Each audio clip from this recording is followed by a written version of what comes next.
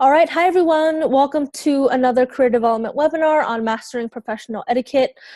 This is a way to help you really impress your colleagues and your employers. Professional etiquette is the way that you act in a professional setting.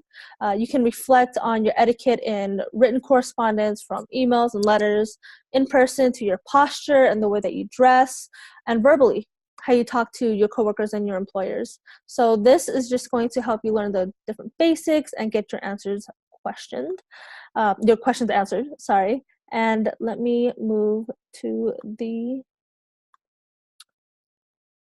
it is. Alrighty, so mastering professional etiquette. So what is professional etiquette? Like I said, it's really a way for you to understand how to behave in a professional setting. Good and bad professional etiquette really depends on how you present yourself. And there's four main ways to think about it. The first is written, and we'll go over that. Verbal, physical, and workplace culture. So written correspondence. If you haven't done so before, thank you notes is a really important way to not only allow you to remain fresh in the person's mind, but it can lead to further connections. So whether it be an interview or you've met this person at a job fair or at a networking event, sending an email to them within 24 hours really will help you stay fresh in their mind. Thank you for connecting with me. Thank you for taking the time to speak with me about your experience with X, Y, and Z company. You can either email these or you can mail and deliver handwritten notes. This is really effective to, like I said, maintain those connections and those relationships. If you're sending it via email, make sure the subject line is appropriate, right? Thank you, or thank you for connecting with me. Greeting. If you do know the person's name, use a proper salutation. Be brief and to the point. If you can add anything memorable about the connection that you've had in the conversation that you've had with that person, that will allow that person to really remember you when they get your email. It's fine to put bullet points. It gets, to the point. It's concise. Of course, you want to send a email within 24 hours because, the longer you wait, the longer they'll start to forget you. Be sure to proofread your email. You want to make sure that there's no spelling mistakes, especially in their name or company. And check for recipients. It's really, it can be really tricky when you're thinking about who should I CC or BCC, but really with thank you notes, you don't need to add any other recipients, just the person, just make sure the email is correct. And then verbal etiquette. When introducing yourself to someone or even in conversation with someone you've already met, be sure to speak slowly and clearly. And if it is your first time speaking with this person, be sure to introduce yourself with your first and last name as a formality. And then as you continue on, you can introduce yourself with just your first name or a name that you prefer to be called. Refer to your colleagues by their first name. Just be polite, straightforward. So no salary questions when talking to colleagues. It gets a little tricky because everyone has different skill sets, different responsibilities. So talking about salaries can be really, really iffy. So if you can avoid that, please do so. Don't talk about not safe for work social activities. That's what NSFW stands for, not safe for work. So if you went to a party or you had something that an event that you went to that wouldn't necessarily be appropriate to talk about with your colleagues, refrain from those conversations and have them with your best friend or your friend group from home. No personal questions. If they want to share anything about their personal life, they'll be sure to let you know. But in terms of personal questions, be sure to kind of understand the limitations of how people want to balance their work and personal life. We want to respect those boundaries and understand that some people are trying to create that balance for themselves, right? And no assumptions, especially in a professional setting. People need to put their best foot forward. And so if there's anything that you might think of and you might, jump to conclusions, be sure to just ask and hopefully your colleagues will be truthful with you and let you know kind of what's going on. But avoid assumptions. That can be really difficult in moving forward in the workplace culture. Alrighty, in-person etiquette. So in-person etiquette gets more physical, right? So greetings, give a firm handshake. No limp hand, no, touch. Make sure it's a firm handshake. You want to make sure that you're being respectful and gripping that hand, and stand up when you're meeting someone for the first time, right? You don't want to be looked down. You don't want to look up at someone. Stand up, meet them eye to eye, provide that eye contact, and give them a firm handshake. And I'm sometimes at fault with this, but if you get their name and for some reason you forget their name, it's okay to ask again. I feel like it's less awkward to ask at that spot than, a couple months down the road or 2 weeks down the road, even then. So give a firm handshake, make sure you get their name and repeat their name, and that might help. Dress code. If you're an intern or a new hire, aim to dress one step above the office norm. When you go into an interview, of course, you're going to dress very professionally, and you can get a look around on how the other people are dressed, and hopefully you'll know how to dress when you get hired. And if you don't know, just ask. But formally, you don't want to wear sweats, hats, workout clothes, leggings, sandals. You don't want to have your phone out all the time. You don't want to have your notifications ringing all the time. Headphones, sandals, tank tops, heavy perfume or cologne.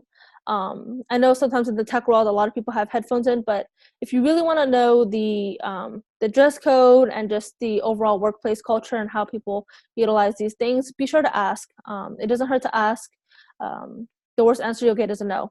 No, we don't actually have headphones in, or no, we don't allow X, Y, and Z. Great. Another in-person etiquette to think about is slant. Growing up in high school, I actually learned this, and hopefully some of you might have heard about slant. If not, that's fine. But slant stands for sit up straight, lean forward. So when you lean forward, it kind of shows like your interest, right? You're kind of leaning in to kind of hear what they're talking about. It makes you seem interested. Ask and answer questions. Step up and step aside, right? So if you haven't spoken up, ask questions, answer questions. And if not, step aside and allow other people to talk as well. And nod your head. Acknowledge the speaker or whoever's talking that you're listening, you're getting the information, you're not just dozing off, you're focused, you're present. And then track the speaker. Eye contact, right? If the speaker is moving left, you can move your body, your shoulder, your head, but when you're moving with the speaker, it shows additionally how attentive you are and how actively you're listening. Great. Office culture. So you want to be on time. Preferably, I like to be early. Then I'll have to be afraid of being late. Sometimes with commute times, with traffic, with public transportation, there can be delays. So kind of budget in enough time in case those things happen. Avoid absences. Avoid unexpected absences. We understand that, you might be sick and things might happen.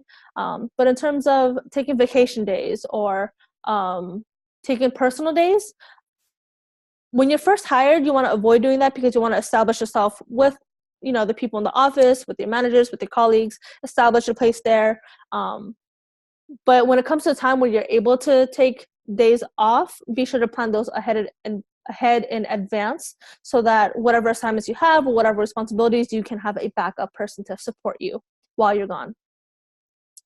Participate in conversations, in meetings and discussions and project planning, in different assignments and different initiatives. It's great to show that you're a leader in your own respects, right? Sometimes there can be initiatives where your manager might ask one or two people to volunteer to take on a task, and the more you participate, the more you're seen as a team leader. You're seen as a team member as well. You want to be involved with everyone in the group. You're really contributing to the progress of the organization. No distractions. Very easily we can get distracted by some of the smallest things, right? And most commonly our phone, right? Text messages, social media. If you can really avoid those. Either put your phone on silent. I take off all notifications. I don't get any notifications. I don't see who sends me what unless I go into my phone. So it's me actively going into my phone. So it helps me kind of not feel like I need to respond to everything that my phone is sending me. Show leadership, whether that's participating, whether that's being on time, whether that's participating. There's a lot of different ways to show leadership in your position, right? Whether you're an intern or a new hire or a long-time employee, there's different ways to show leaderships. And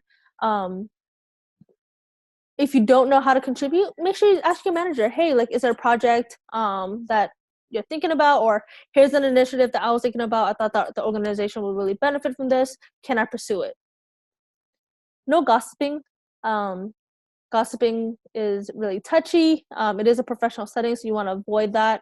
If you do have an issue with a colleague or a manager, be sure to talk to HR. Talk to someone who can really mediate the situation. Accept and seek feedback. This is important in terms of developing your professional skills. And you can really talk to your manager or whoever is in charge of your responsibilities. Ask them how they best give feedback, and you can also let them know how you best receive feedback. Would you rather receive feedback in person? Would you rather receive it in a report? How do you best not only understand what you need to improve on, but how do you best communicate? This allows for a great productive work environment. It really helps you improve and allow them to feel more comfortable in providing you that constructive criticism to make sure that you are the best that you can be professionally. Keep a to-do list, however that might look for you. I know people who have taskbars on their email. People use Google Calendar. I have a planner that I write on. But keeping a to-do list, it keeps you accountable on the tasks that you have to do, and also prioritizing what is due when. And I think it's just satisfying to just cross that out or check it off your list and say that you're done with it. But it really is a tool to help you keep accountable of the responsibilities that you have in the role. And send a thank you email. Whether it be a collaboration on a project or an event that you had others support you on, or you had a manager who really listened to your or to any concerns that you might have. I think showing appreciation to your colleagues and to your managers really show that you enjoy being in the space and you're thankful for the space that you're in.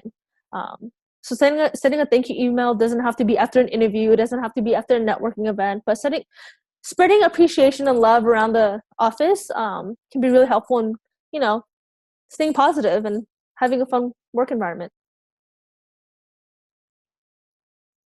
Alrighty, so those are the different professional etiquettes that we have. Are there any questions?